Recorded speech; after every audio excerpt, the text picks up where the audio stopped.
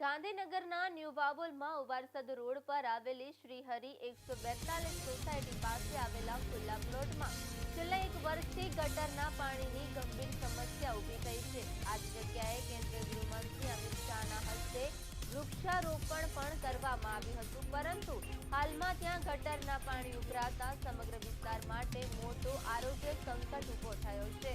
ગટરના પાણી ભરાવાને કારણે સોસાયટીના રહીશોને અવરજવર કરવામાં ભારે મુશ્કેલી પડે છે, તેમજ અસહનીય દુર્ગંધ ફેલાઈ રહી છે। પાણી ભરાવાથી મચ્છરોનો ઉપદ્રવ વધ્યો છે, જેને કારણે મેલેરિયા અને ડેન્ગ્યુ જેવા રોગોના ફેલાવાનો ભય વધી ગયો છે।